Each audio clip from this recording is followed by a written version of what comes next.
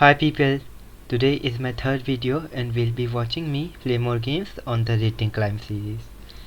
Before starting, I want to say sorry for the poor quality of last stream.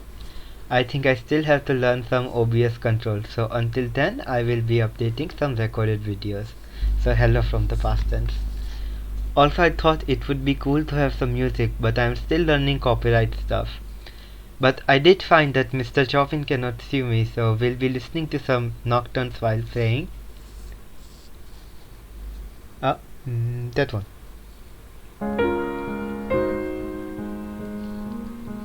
I hope that sounds okay. I also brought something special today, and that is lassi. For all my international friends, this is really good healthy stuff to try. No sponsorship. So with Chopin and lassi, let's play some chess.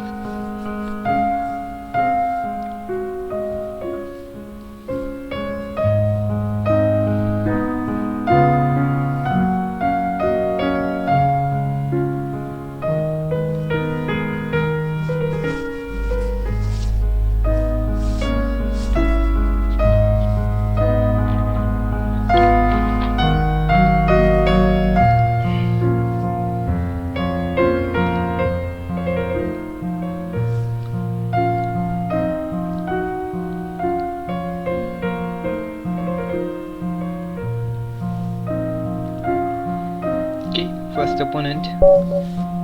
Think I have played against this person before, and I think I know what he goes for. I'll try to avoid that. Okay, that's strange. Now should I go for the open or not? Let's go. I'm feeling up for a challenge. Okay. And that's a Najdorf. It's a long time since we've seen a Najdorf. I'm going for the classical stuff. If he goes for the poison pawn, I have a bit of things prepared, but I'm not sure I remember all of it. I'm not sure I remember all of the stuff for classical as well, but I'll play it. F4.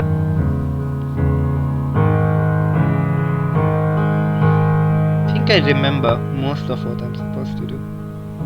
Queen F3. Castles and G4. Yeah, castles. And now he can play knight c6 or he can play b5 right away. And he plays knight d7, inviting g4. Pretty much. Okay.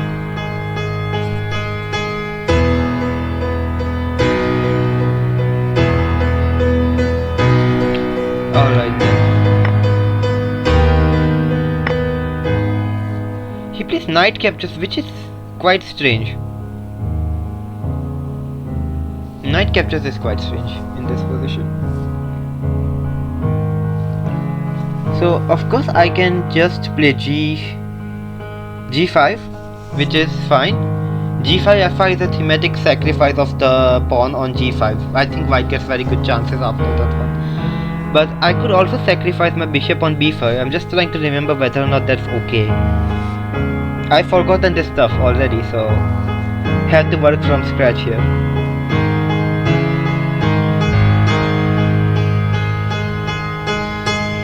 Okay, so bishop captures, pawn captures, knight captures.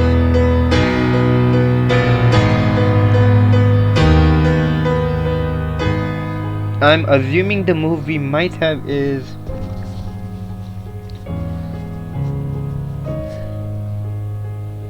any queen move really, and followed by knight captures, bishop captures. Does that work? Rook captures and rook captures pawn and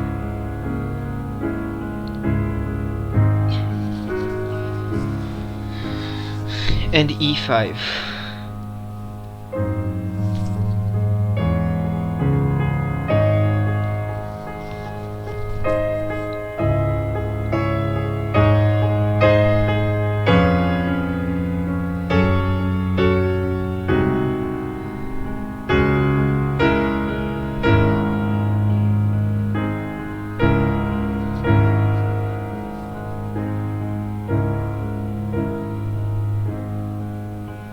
No, I think I'll just play safe. I can't seem to make it work, and the time's ticking. So I'll just play what I definitely know works, and that's this thing.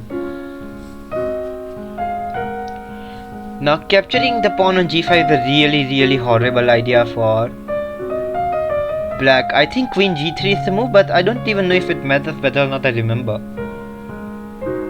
It's either queen g3 or queen h3, whichever one puts more pressure. Okay. Yeah, but you see, not capturing the pawn is also not an option. Now capturing on e6 is supposed to be winning for white, but it's a highly dangerous line. It's highly dangerous.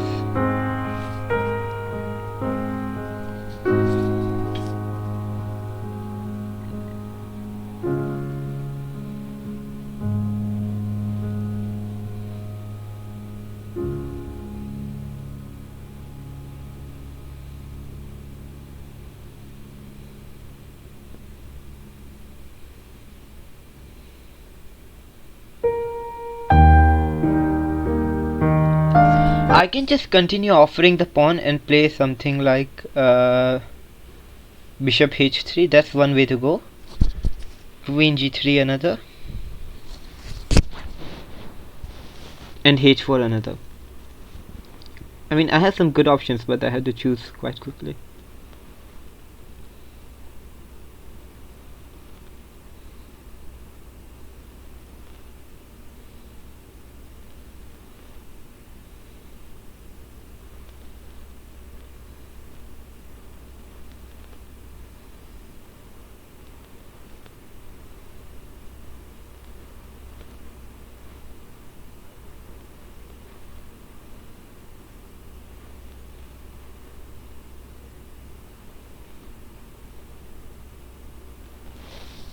Okay,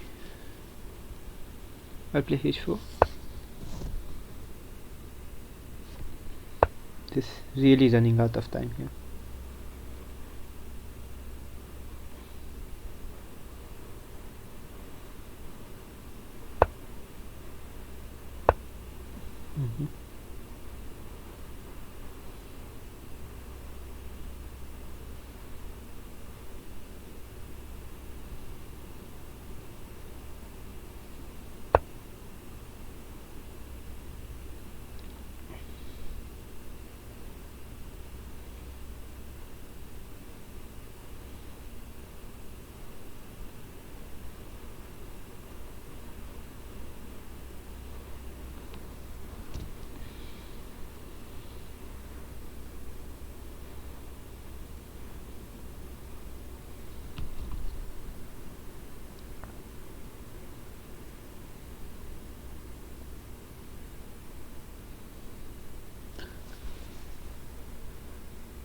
I do have to say my opponent seems to know this either very well or he seems to be doing very well. Nonetheless, I do need to learn how to play that endgame, where we can just capture on e6, takes, and go for it with the rook on f3. The problem is my g5 pawn is still hanging, and I'm supposedly better in that endgame because of all the control on the d5 square. The d6 pawn is hanging, but with the bishop pair it's always dangerous to play such endgames. So plus I did not want to risk any dating points.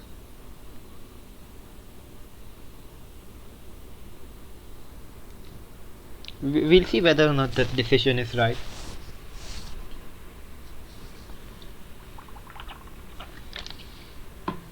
But yeah, in some openings there are some endgames which might commonly occur, whether out of traps or just because of how they're played. So I guess it's better to invest some time and just learn them by heart.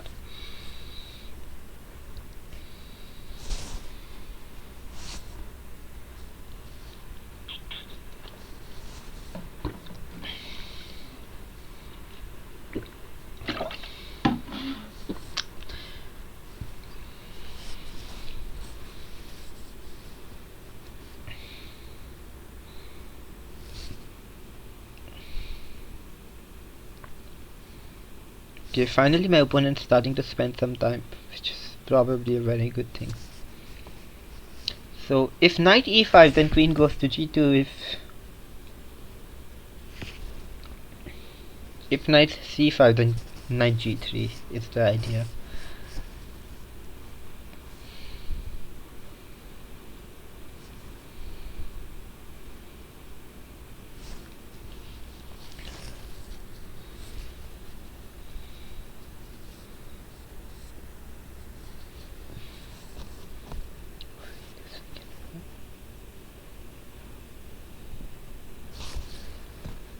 Okay.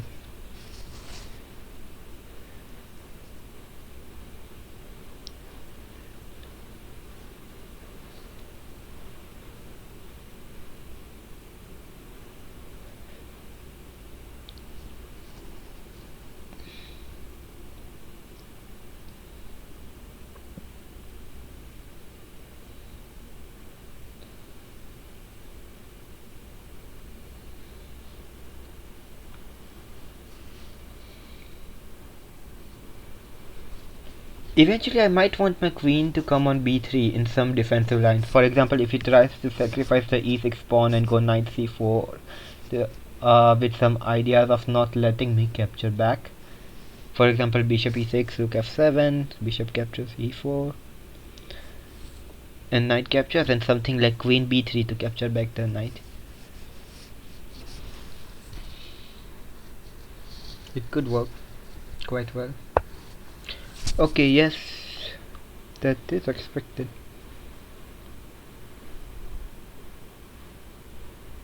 It's not ideal, but it's expected.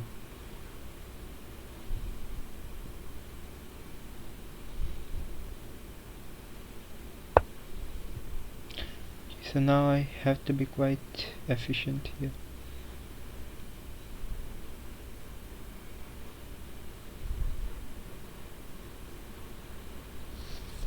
The good news is I can just play king to b1. But the pawn storm is coming, so that's that.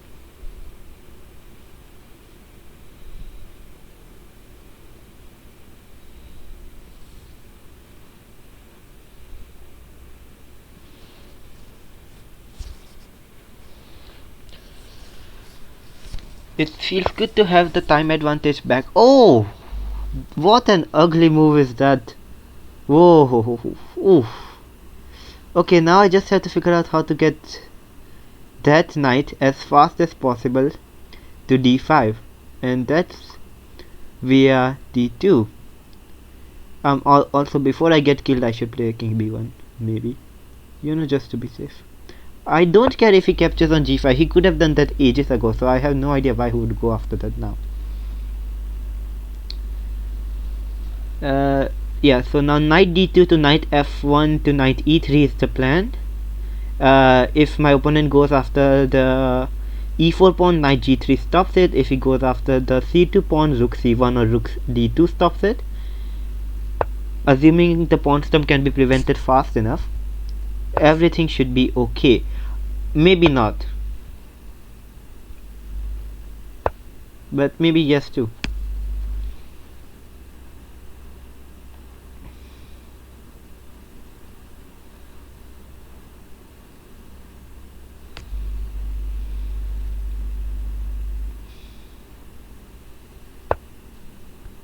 Okay, now I'm not worried at all because my rook is guarded, so there's no need to worry.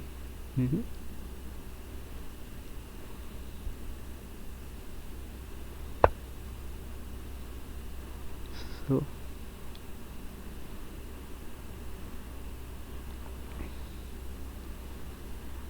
I'm wondering whether I should play c3 myself, because if it succeeds I can lock up the structure entirely, or even c4, but maybe c3. Ooh, that's ugly. What happens if I just take that pawn? My opponent's very kind.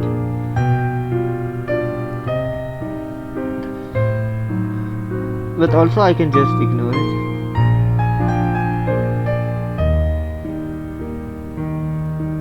I think the best thing to do would be ignore it by playing a3. and that way my knight can come to e3 and capture when required. So it's very optimal.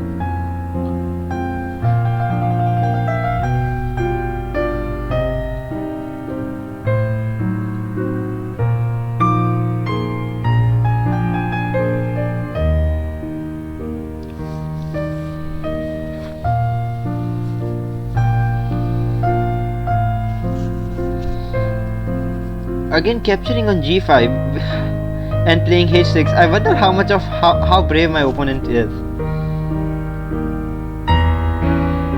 I mean, if he wants to go ahead, because I think it might actually be fine to capture the pawn. Next move, c4, also interesting idea, just cementing the knight on d5. Now that he's played b3, he cannot take it back. So it's basically now or never if he wants to capture on g5. And no calculations, it's just, okay, I don't know whether it's good or not.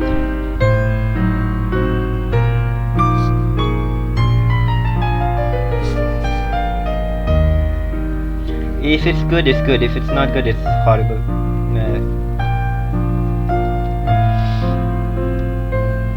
I would have rather not put my bishop on h3 if I wasn't going to capture on e6, but also beating e5 out of my opponent is probably not bad, so I'm a bit torn about that. What? Oh my god. My opponent must have gone crazy. Yes, he can capture, but what does that achieve? Yeah. Okay. He's creating some pawn storm, I notice.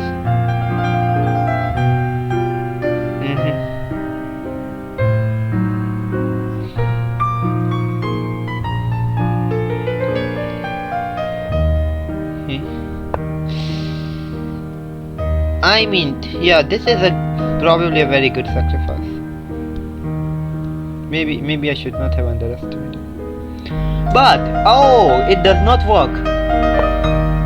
Okay. Yeah, my opponent missed stuff. Oh, this is good. Yeah, I'm safe. Next move, knight e3 and we are safe.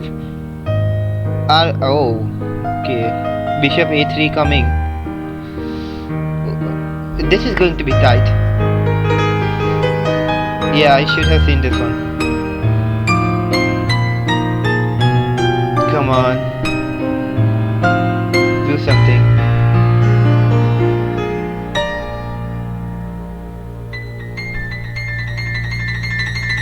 Come on, do something.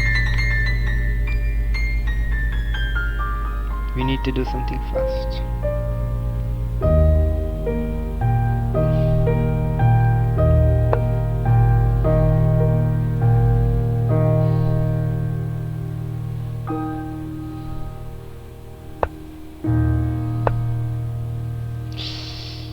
Okay. Ooh, God.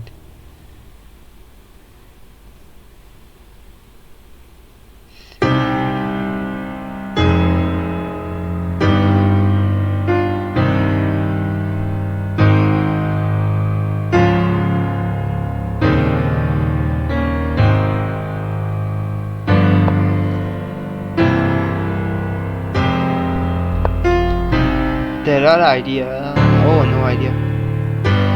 Oh, too soon. This move came too soon. Whew. 58 seconds. It's survival, guys.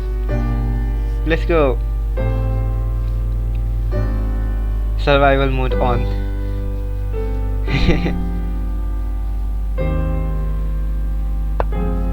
Yeah, okay, exchange is fine. I can lose the exchange, I don't care.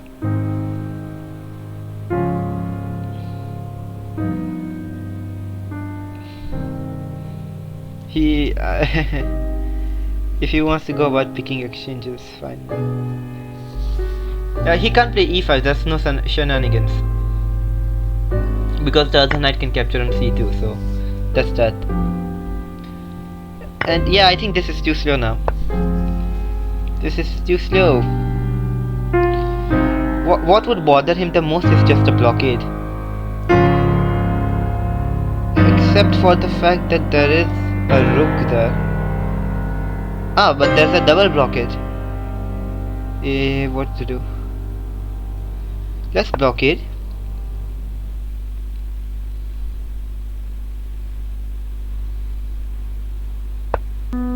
Okay, alright, there we go.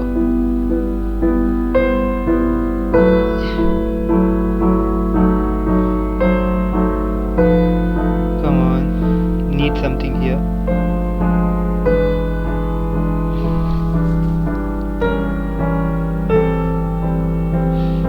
I know what his threat is. God.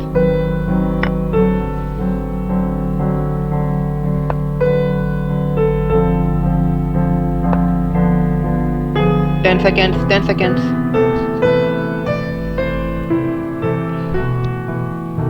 Come on.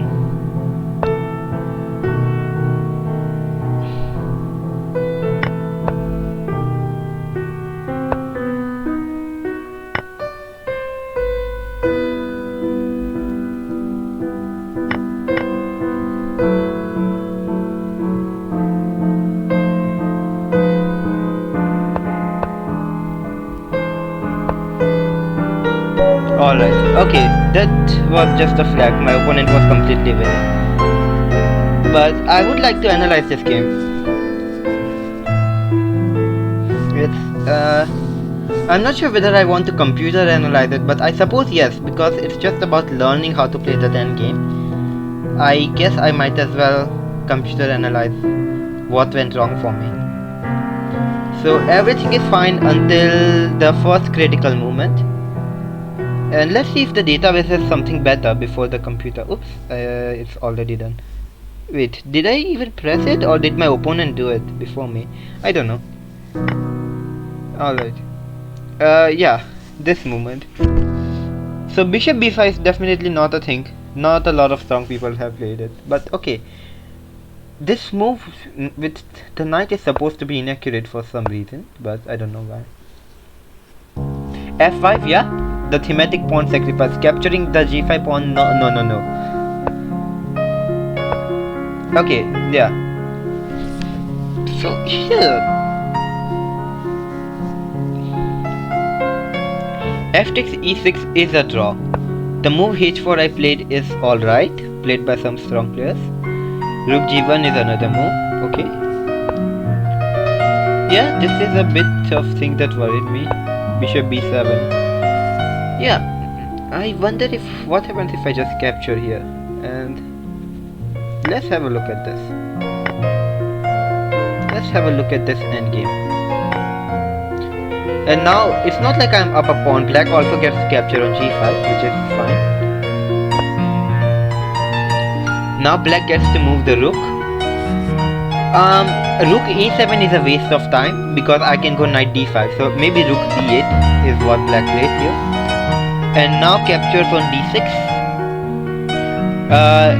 It's perfectly fine, but also rook.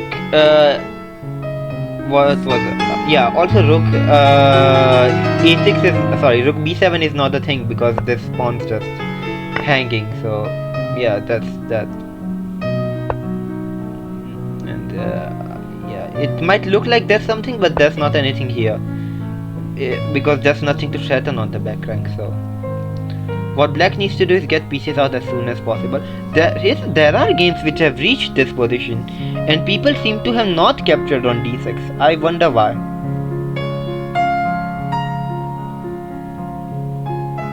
In fact, I reached this position myself a couple of times. Okay, knight e8. Fine, that's I mean, I don't know.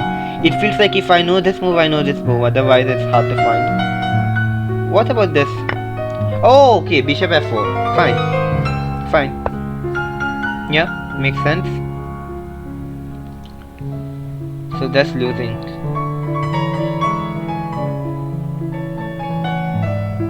But okay, so I was correct to judge that there was no advantage in doing this. Now bishop h3 might not be the best move to exploit it, however. So here. Yeah, okay, I think bishop h3 is when I start going wrong. No, bishop h3.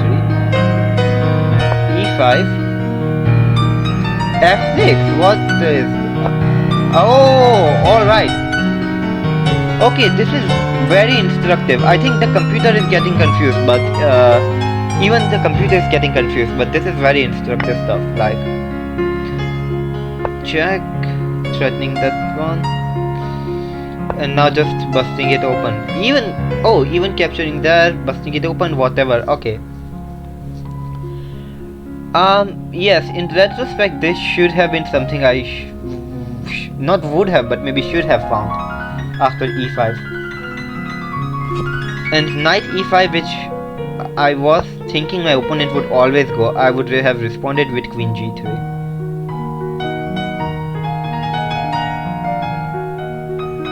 But I looked at it and I even saw that queen f4 was for some reason the top recommendation earlier, but okay, fine. I don't understand why queen f4. I understand queen g3 much better, so the chances are the next game I play, I am going to play queen g3, but okay, anyways. Yeah. Oh, fine. Now I understand why queen f4 is better. Okay, the e4 pawn's a problem, right? We have to defend it. Yeah, for some reason, in after analysis, just things get lost like that.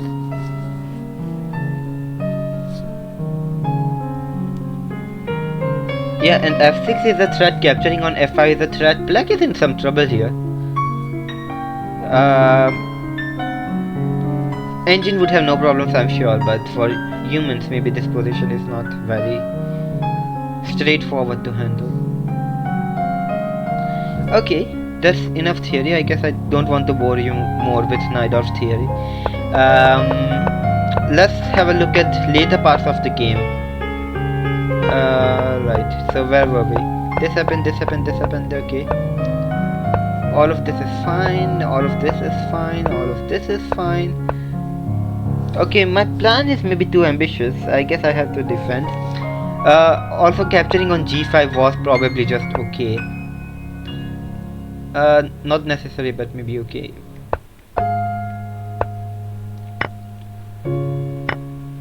And my opponent did make the right call by sacrificing.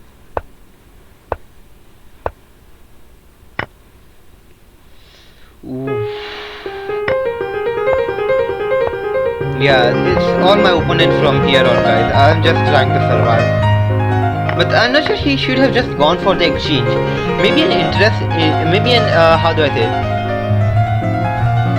Maybe an instructive movement is when you're low on time and the position is complex. Don't go for small material when you have the attack. Literally, my opponent could have played so much stuff, it's hard to say. But I guess just, yeah, this pawn storm is very natural.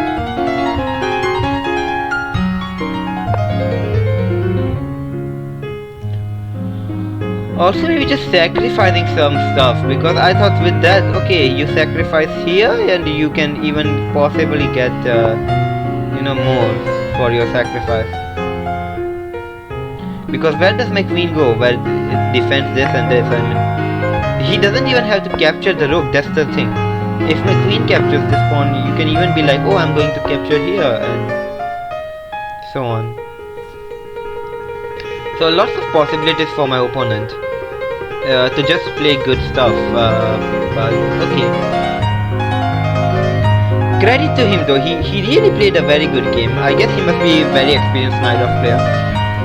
Which is why I often try to avoid theoretical Sicilian lines. I don't know if you remember my last video, but I played a system which was completely different, with the bishop on g2 and going for a very symmetrical sort of King's Indian type positions, but not King's Indian at all, just symmetrical. If my opponent allows it, if they don't play well, it won't be symmetrical, of course. Okay, anyways, new game, guys, new game. More Lassi time. I love that the website is playing Chopin music automatically.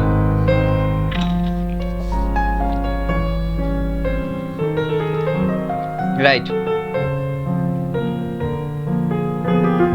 Let's play d4. Let's change things up. Okay, my opponent does not seem to have played a lot of rapid games. Will he go for Budapest? Will he go for Budapest? Oh, okay. Fine.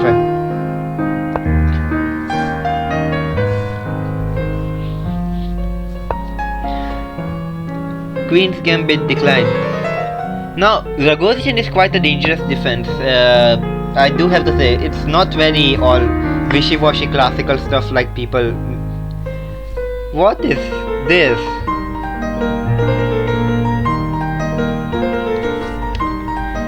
I mean, I can play e4 here. I think I know how to deal with e4 here.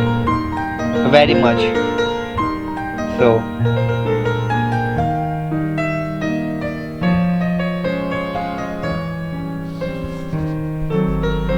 I even had a line for this. I just need to remember.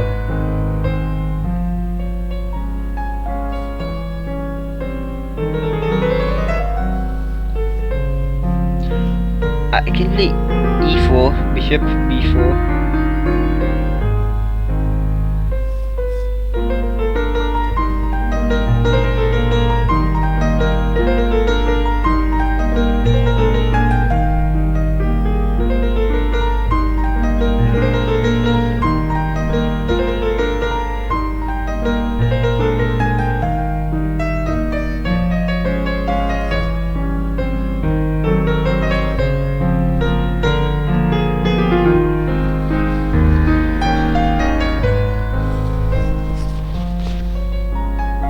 Can't seem to completely recall, so for now I'll just play e3. This is the problem with me learning opening theory, I just forget it, so mostly I don't bother.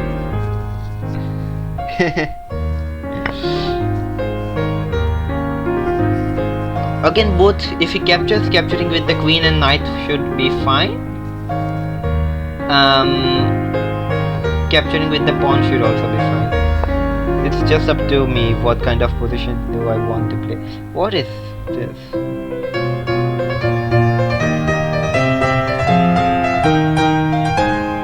You know, I think I can just castle here. I would have been scared of this move, but I think I know my way around it. I'm not going to play a4, if that's what chat's thinking about.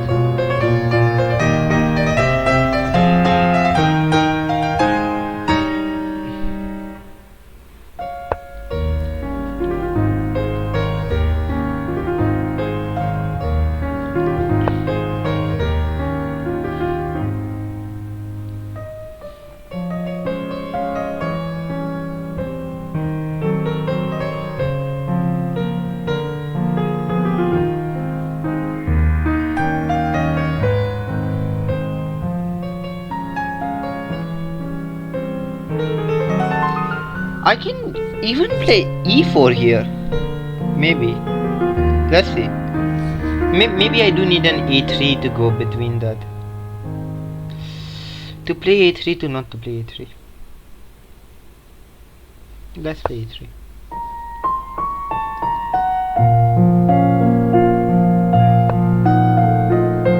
Okay.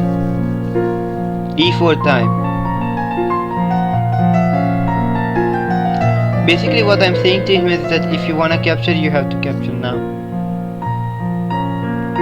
Should I prepare it more though? Again, I could have played a3, but I don't want to ruin the tension yet. When in doubt, keep developing pieces. Also, I'm getting very low on time. Okay, now that he's wasted a tempo, I could capture, but again, no rush. If he wants, he can be the one to capture. Yeah, he is. Knight c5, bishop b1. That's the plan. That's what we do. Should I play bishop f1? Actually, I think yeah, in this position my bishop may be better suited on f1. Especially because he did not attack my pawn. That reason really helps.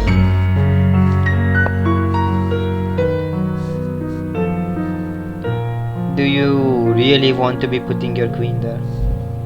Because I am going to play b4 next move if you do that. Okay.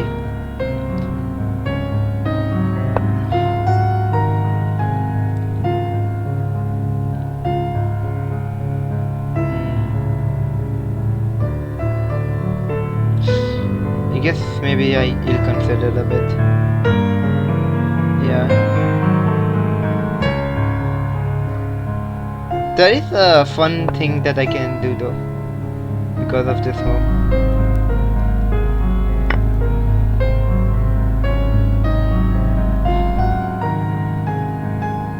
It's not pretty.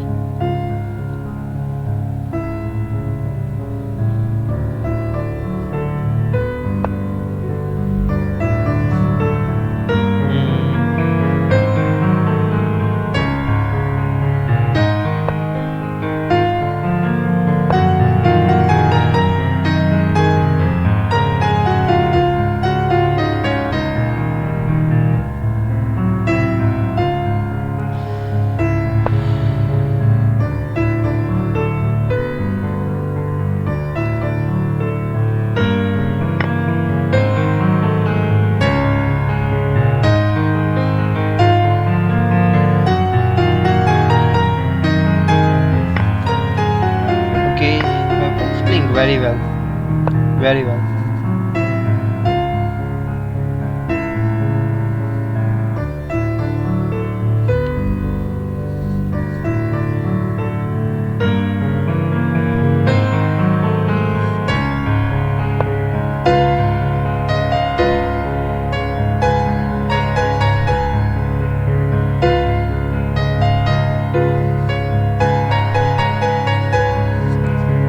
Oh.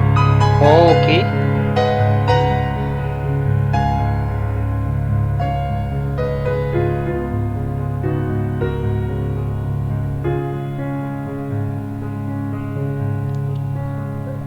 All right.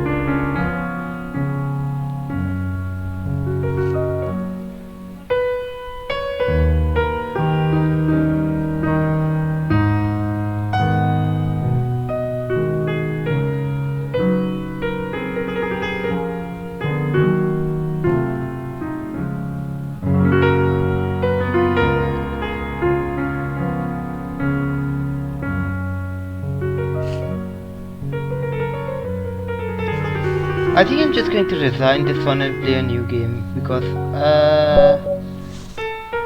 I'm not sure whether I was just playing very badly, which probably was the case, but I also think my opponent played a very good game and I pretty much had no chances whatsoever. I guess starting was falling for the trap of playing bishop e3, but retreating the knight isn't much good either.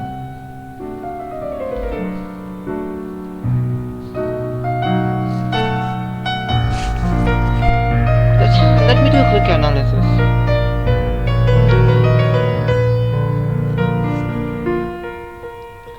Why am I not surprised that my opponent played a perfect game?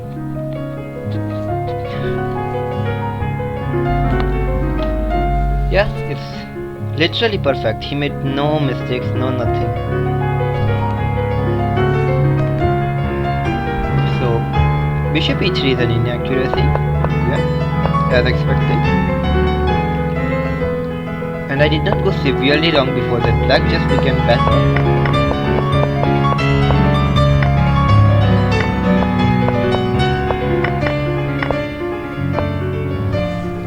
Now, analysis wise speaking, let's start going to the theory till white was okay, which was alright. Yeah, e4. I'll have a brief look at what I was supposed to do for. Maybe not. Actually, maybe in my own time. Yeah. So let's go for the variation which I played. Bishop takes c4. Pawn takes is the most common move, castle's most common move, b5, bishop d3, bishop b7, knight bd7, rook,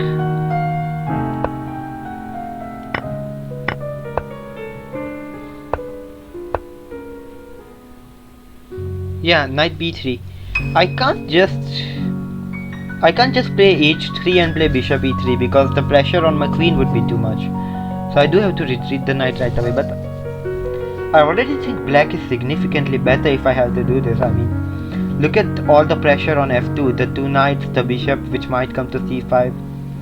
And right now of course he would just castle, but his pieces are more central than me and his bishops are better placed, so if anyone is to be preferred, it's black. So I guess I need to find something better to do against this opening, because I kind of lost right out of the opening. But I also guess I need to remember my repertoire properly. Right then, this was a loss for us. Should we play one more game or should we call it a day? I'm really enjoying myself right now, so I'll play one more game. How much music do we have left? Oh, a lot. Then it's fine.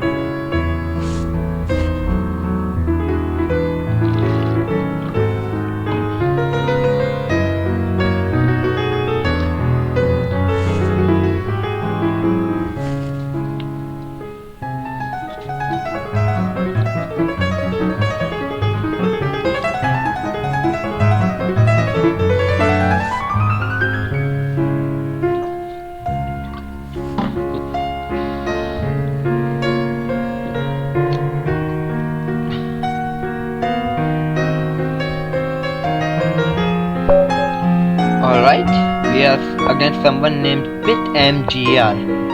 Good luck, Mr. BitMGR or Miss BitMGR.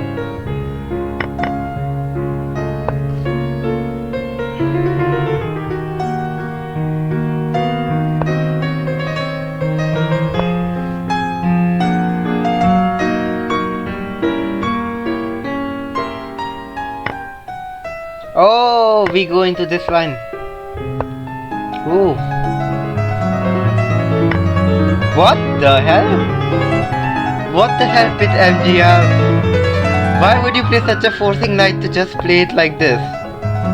So the line goes knight e4, queen c7, and then some forced 10 moves. What is this?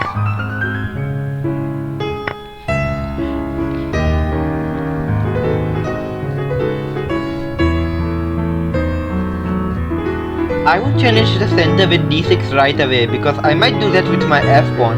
Because my pawn is on e6, there's little chance my bishop's getting out of the e6 diagonal anyways, so I don't need to play d6. I guess I might just play something like, I don't know, bishop b4, bishop e7, or just bishop e7. Maybe bishop e7, just, I don't care.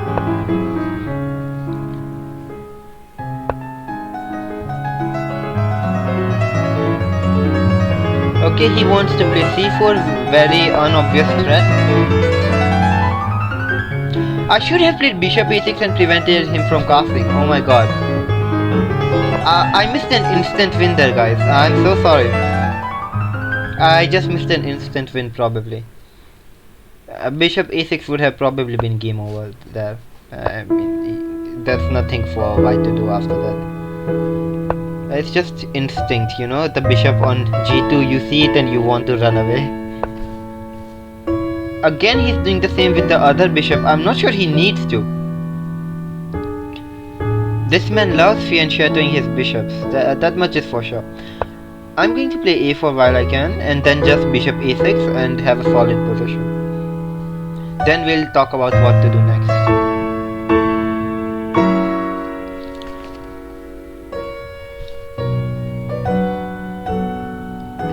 He would be in a bit of a trouble putting his bishop on b2, that much is for sure. But I understand him, where else would he put it? Also, I have to note that the reason why I was a bit disgruntled about missing the bishop e6 is that the structure really favors the player who goes into an endgame. And I think if he goes into an endgame, he will have an advantage. Again, I am switching my rook's positioning so that I can go after the c pawn. Again, not ideal, most likely not ideal. So a couple of inaccuracies from me during this game, but these are the things that I only notice in classical games. Although you might have noticed that I'm the kind of person who does admit my mistakes whenever I go wrong in chess. So for example, if I make a mistake, I'll be like, yes, yeah, I'll correct that one. So yeah, don't be surprised from that, I guess. Oh my god. Yeah, possibly another mistake. Yeah. This is quite embarrassing.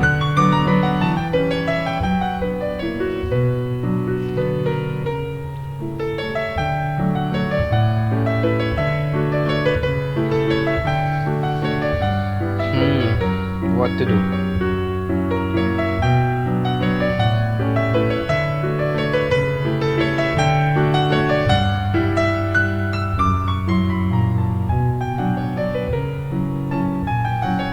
Let's just play a4 while I still can. No, I can't.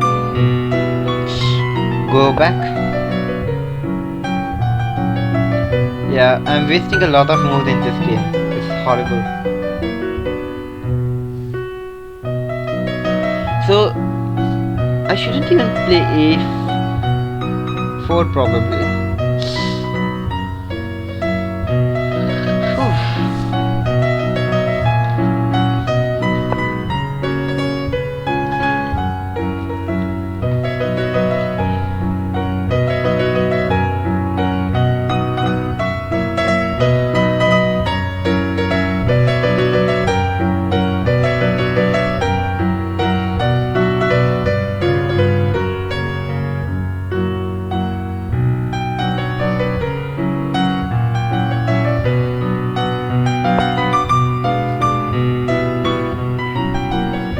I had no interest in forcing f4 from my opponent, so I just remaneuvered the bishop. I do have an interest in possibly forcing c3, maybe it could work. Oh, also now, if his pawn stays on c3, okay, I have some cool ideas here. So the reason why I can't do currently any breakthroughs is because of my king on g8 and the d5 pawn dropping with check. If I go something like king h8, things could work out. So I'll just make a prophylactic king h8 move. Again, not forcing my opponent to play f4. Don't think it's... I don't know what to say. Okay, he seems tired. And when our opponent seems tired, we don't trade. Hey, that's the rule. When our opponent is tired, we don't trade. Yeah. Yeah, and when our opponent is doing stuff, we don't react. So we don't react to this, we do our own stuff. Much better. And if he allows me to just push on his bishop a lot, then yeah, it's bad news for him. I have strong center and he has nothing to show for it.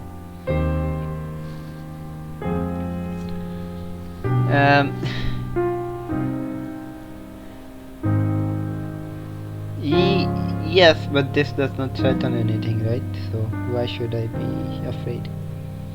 Now I have two choices. I can keep the center. Maybe I can't. Maybe I do have to open it up. I don't know.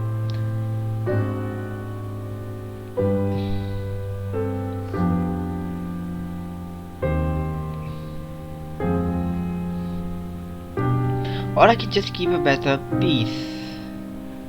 How to say? What do we want? What do we want?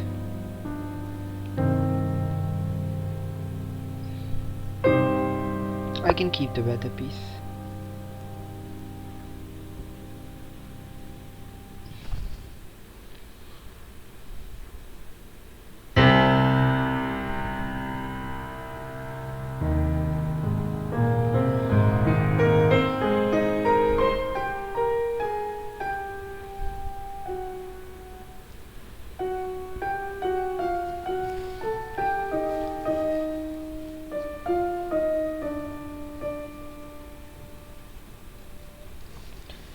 My opponent should be very careful before retreating his rook, because bishop b4 can be a thing. I might just win some pawns if nothing else. So to explain what I mean, yeah, okay. Do I trade?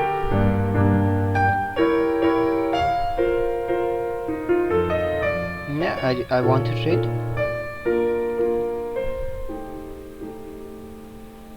But do I keep the darks for bishops or not? I have a feeling it would become a liability at some point. So no. Plus the open f file is good, so I'll take it. I already have the center. I need some activity. That's the way the best way I can explain it probably.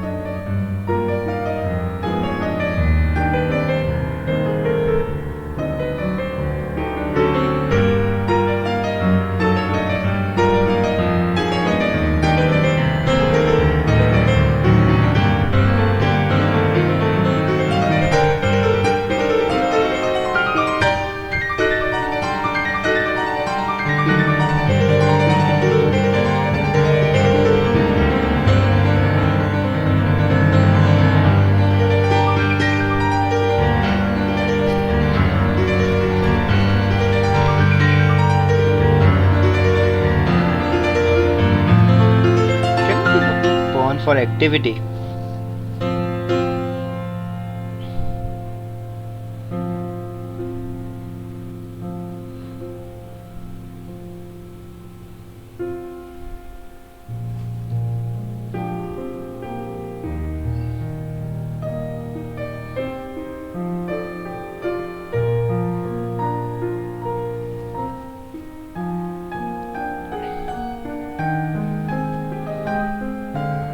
Okay, let's see. Not much time. Again, I think I probably went wrong by wasting a couple of tempos and not playing bishop a6.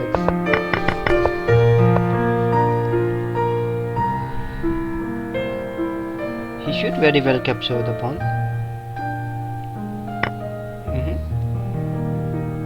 What's the defense now? I guess he slides one rook over, but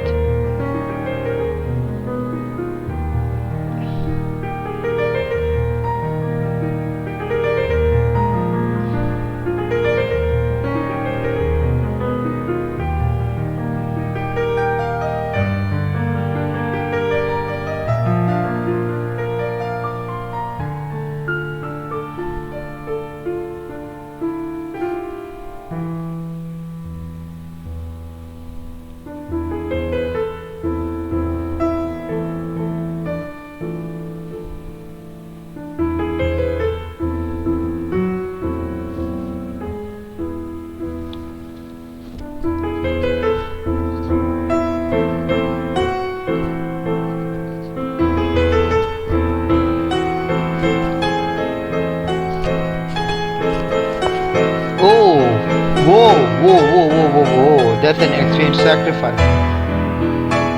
Not a very good one. At all. Oops.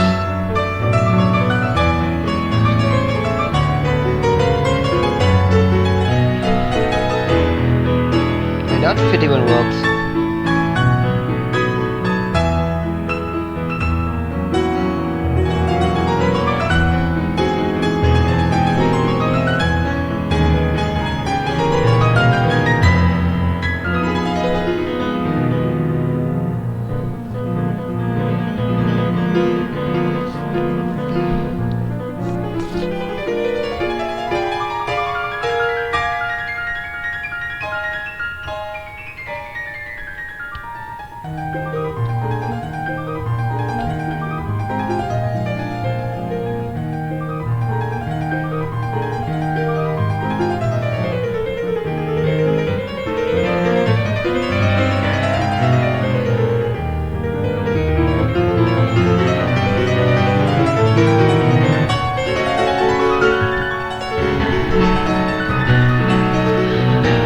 Definitely get away with things if he goes for that. The worst will happen is I'll be down a pawn, but the best that can happen is I might just win the game.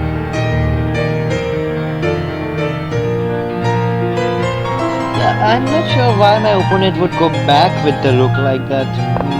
I think it was worth investing some time.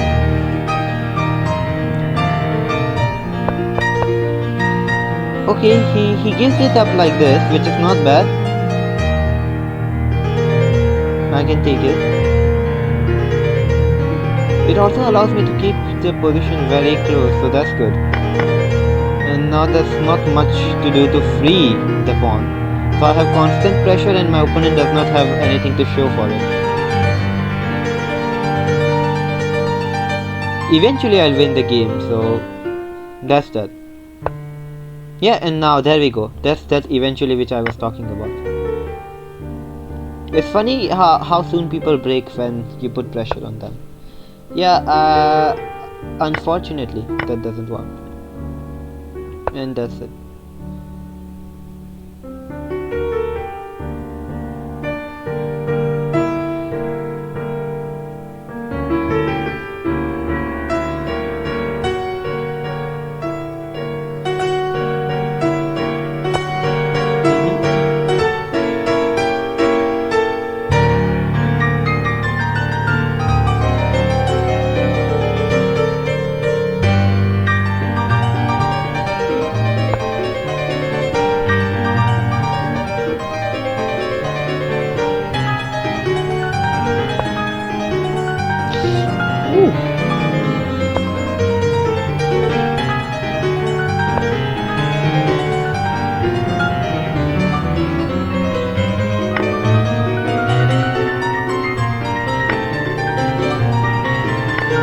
There we go.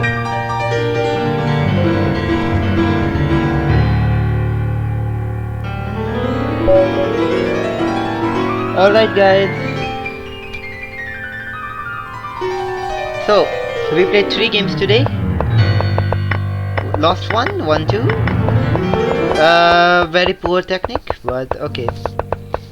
I guess that's it for the stream. I won't bore you any further. To analyze this game, I think I said most of the stuff during the play. Like not going bishop a6 here before he castled and just instinctively playing rook b8. Even though the rook might not be placed well on b8, it might be placed better on the c file. So that was one mistake. I guess I should look at my opponent's mistakes too, but I mentioned that in the opening, which is just giving me a very strong center. Okay, and I'm not sure if I was the best, maybe a liability in the long run. I guess maybe just developing right away would have been better with bishop a6. Some moves. Yeah, here my opponent played very cool with rook e3. He sort of baited this move from me, and now I realize I can't go after the c pawn anymore. So, but not because of c3. C3 is fine. I can actually probably get away with capturing the pawn. We can show though. So for example here, let's go to analysis mode.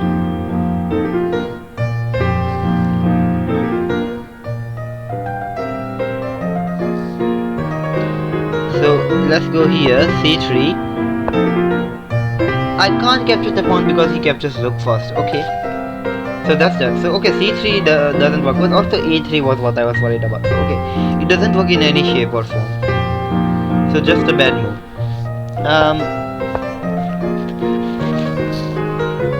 Another thing was that it's nice he got his bishop out to d4. I didn't know why he needed to go via b2 to do that though. If that was his plan, he could have gone via e3. But okay.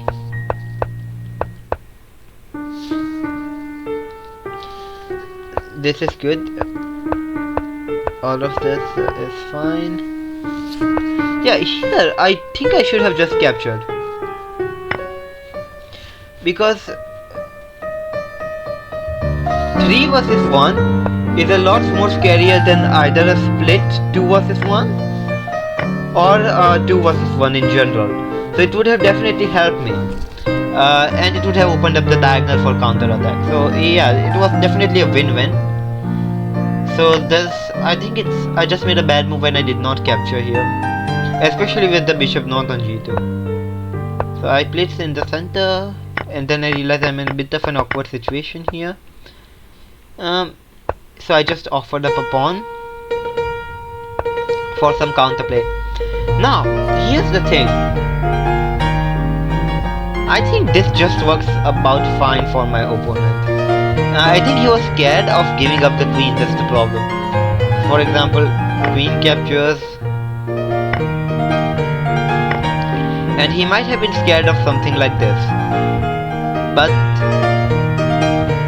I think this is just good for, maybe not good, maybe not winning, but he's threatening mate, so I have to be careful about where I move my queen. My queen is just as tied to this rook as the rook is tied to the king, because of the mate threat, so I can't do anything immediately. If I don't do anything immediately, I also have to figure out how best to stop the mate, and that's quite tricky. And let's say this,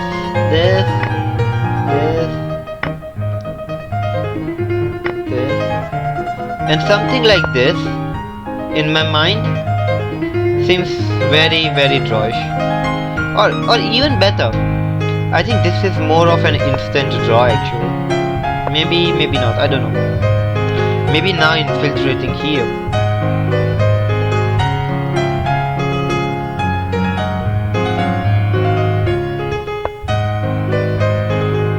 I'm curious, but the pawn count is equal, however black has the passed pawn. So I think that would have been equal, at least for my opponent. This go.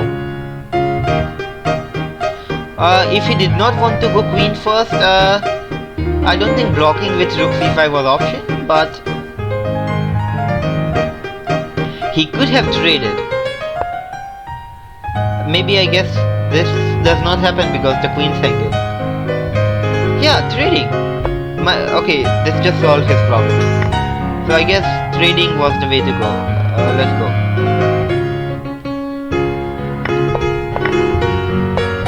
So rook f8, queen e3, queen takes pretty much first.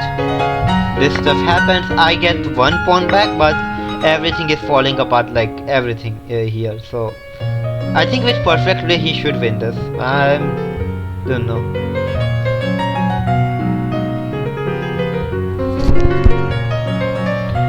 My position is falling apart a lot. But again, it's hard to say because my rooks are double and things could get dangerous for my opponent. One thing he can do definitely is trade rooks. So for example, this and this seems a lot more appealing for my opponent than what used to be the case. This bishop is dead, these pawns are broken. Is he up a pawn? 1, 2, 1, 2. Okay, he's not up a pawn, but the pawn structure alone and the better minor piece might win that he would win.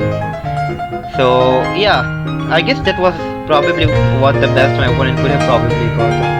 I won't look at engine analysis for this game as well, because this was not a complex game where a lot of things were happening. We just sort of go into a late middle game end game type of situation with heavy pieces and bishop pair each, and I guess maybe not, depends. Sometimes I'm good at those, sometimes I'm not, so maybe one of those times where I didn't play it correctly. Anyways, thank you for joining, and as always we will thank Chopin too, but maybe by pausing him a little bit. Right, so this brings me to end of the video. We'll meet again with more Chopin, let's say, or something else. Bye.